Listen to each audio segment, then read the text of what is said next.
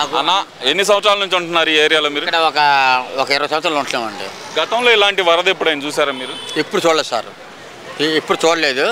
అంతకుముందు 2-3 సార్లు వచ్చింది, ఇలా కాదు, ఏదో కొద్దిగా వచ్చింది సార్.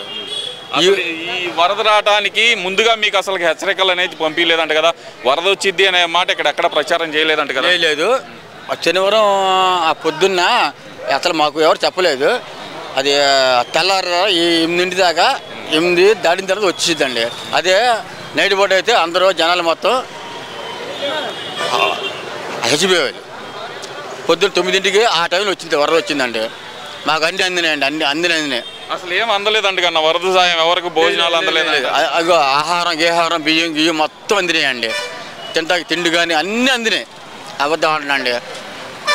ఒక పార్టీ గురించి అండి, ఒక పార్టీ గురించి కాదు, మాకు అగో అన్నం పెడుతున్నారు, అంత అన్నం పెడుతున్నారు. ఎవరో పార్టీ గురించి కాదు, అందరూ నీళ్ళు వైజాగ్, హైదరాబాదు, విశాఖపట్నం అందరూ వచ్చి మాకు చాలా సాయం చేశారండి.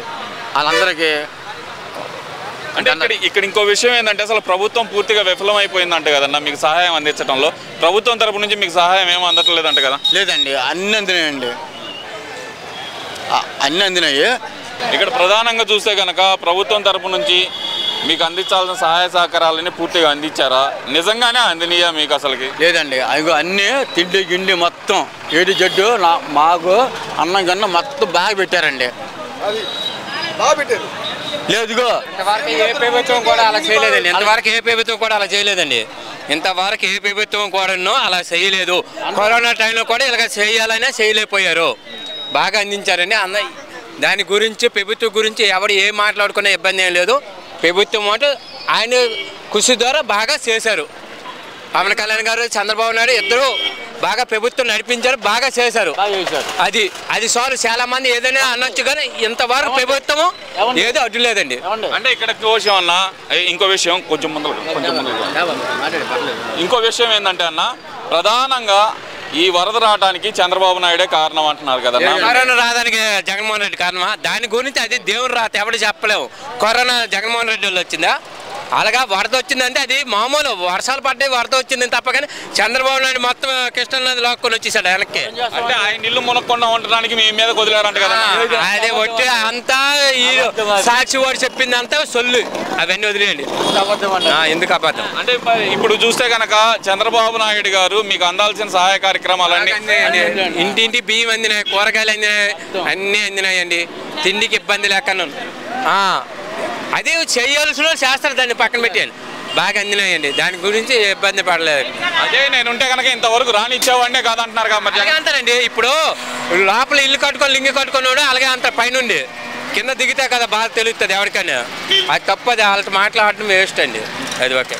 మరి జగన్మోహన్ రెడ్డి చెప్తుంది ఏంటంటే కనుక చంద్రబాబు నాయుడు ఫోటోలు పోజులు ఇవ్వడానికి మాత్రమే వచ్చి పై తిరుగుతున్నాడు, అధికారులు ఎవరు పని చేయట్లేదు అంటున్నారు కదన్న. మరి ప్రతి అధికారులు పనిచేస్తానండి.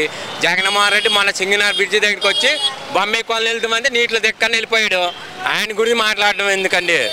అసలు ఆయన అడిగే హక్కు కూడా లేదండి. ప్రతిపక్షం వస్తే ఆయన అడిగే హక్కు ఉంటుంది, ఆయన లేనప్పుడు మాట్లాడకూడదు. అది మమ్మల్ని మొత్తాన్ని ఆ దేవుడి దేవరా, మా అన్నయ్య, మా బాబు అన్నయ్య, దేవుడి దేవాలి మా అందరినీ.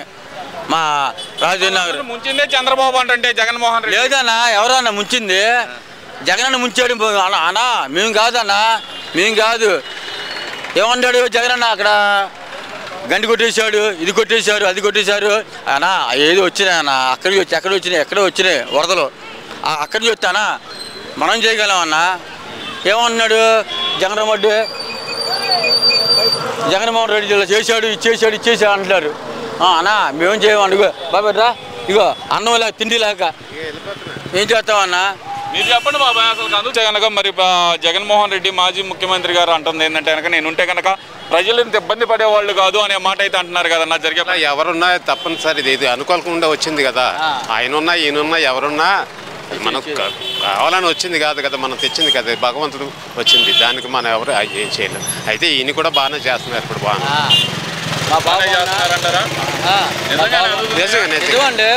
ఇప్పుడు అందుతున్నాయి మాకు. అడుగు అంటే పాలు, పెరుగు, గిరిగి మొత్తం అన్నీ బాగుంటాయి సార్ బాబు. అదే ఇదే జగనన్న వస్తే ఇంత ఉండేవి కాదు, ఇలా ఉండేవి కాదు వాటిని చెప్పాలంటే.